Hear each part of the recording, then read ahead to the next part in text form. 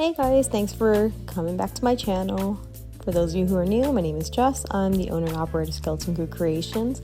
And as you can see from my last video, I'm somewhat a little more organized from our big move. As you can see, I'm still working off generator power, but it's working for now. I think I've completely adjusted to my life down in Tennessee.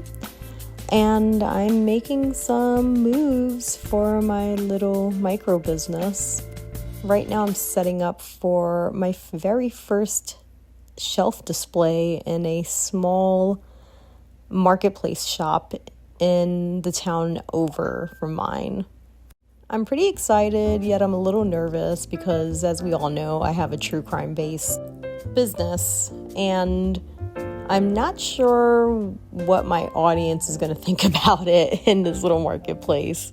A lot of people kind of think like I'm an alt goth boutique shop, which I kind of am, but I just have a dark sense of humor at the same time. So I'm just going to write it out for at least the first month or two to see how it goes and see how the foot traffic is going into this marketplace shop. I am very excited. I mean, I do stick out like a sore thumb in my shop with my products, but I think it's a good sore thumb. Other than that, I have some minor challenges in my shop other than electricity, which is wildlife. I am terrified of spiders, and for some reason, spiders really like candle wax. I find them in my candle wax all the time. And it's just an uphill battle. I'm constantly checking my vessels to make sure that they haven't snuck in. I would be petrified to know that one of my customers has a spider in their candle. Outside of spiders, in my workshop, because on cooler days, I usually leave the garage door open, is birds. And birds, it's that time of year where they start making nests, and I'm trying to not let them fly into the shop. On this day, it's a little cooler, so I have to make sure they don't fly in. Another challenge I'm also facing is that summer temperatures start earlier here. So it's been in the 80s as I record this video. Actually record the audio. Video's already recorded, and I don't have HVAC in my shop yet, so making sure that none of my waxes or my fragrance oils are affected has been such a pain in the ass, but I'm making do. I'm going to show you what my strategy is in a little bit. As you can see, I'm just making sure there's no more spiders in my pictures or my vessels right here. So I'm not putting all of my scents on this shelf display because I want to see what does well. So I'm putting some of my base signature candles such as Southern Gentleman and Bitch Be Cool and my True Crime candle, and I'm also premiering my wax melts as well. But I'm kind of keeping it a limited quantity. I rented a very short shelf, say that 10 times really fast, just to see where it goes. I'm trying to keep my rent reasonable. Luckily, my shelf space is very affordable, but I have to really make sure that I get a good return on my investment with this shelf space. And here is my newest wax melt. So I rebranded recently, especially since my Etsy debacle. So originally I would have little skulls for my wax melts, but I decided to kind of change it up a bit because I know some people don't want to reach into a bottle and grab a skull wax melt because soy is kind of soft. So I decided to reformulate it and make it a little more presentable as well as fun.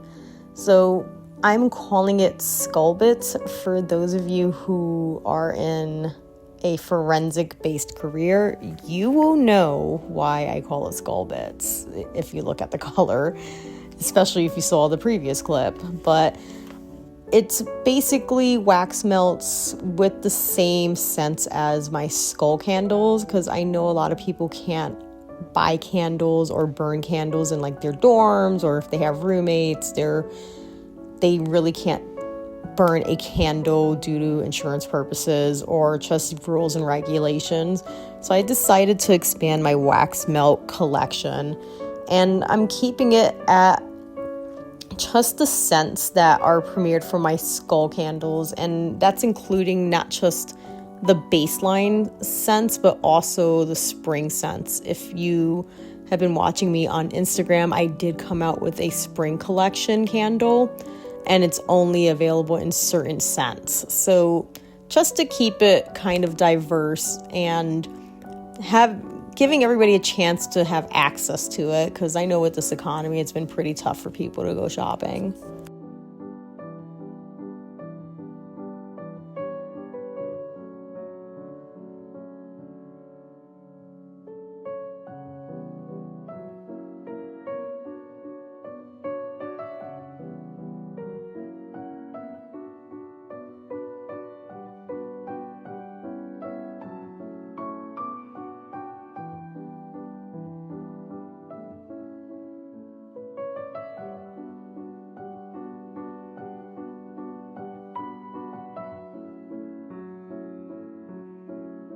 Like I said before, because it's really hot, I had to strategize how I do my candles. So I have the AC going on in my car, as you can hear.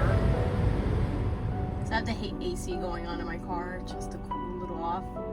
And what I'm doing is I'm taking it home, and then I'm going to bring it up to a certain temperature where it doesn't compromise the fragrance oils, and make skull candles.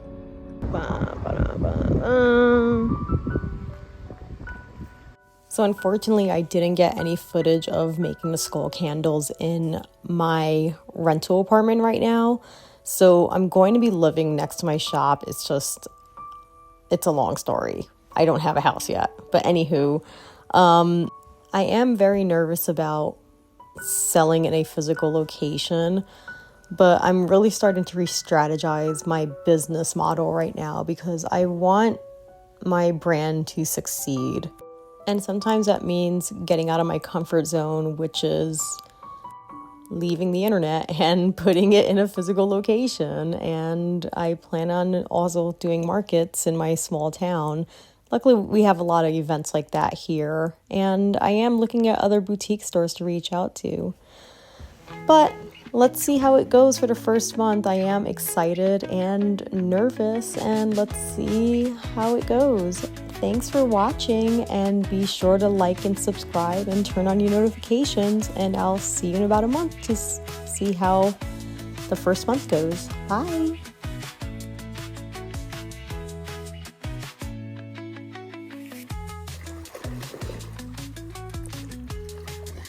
What are you doing?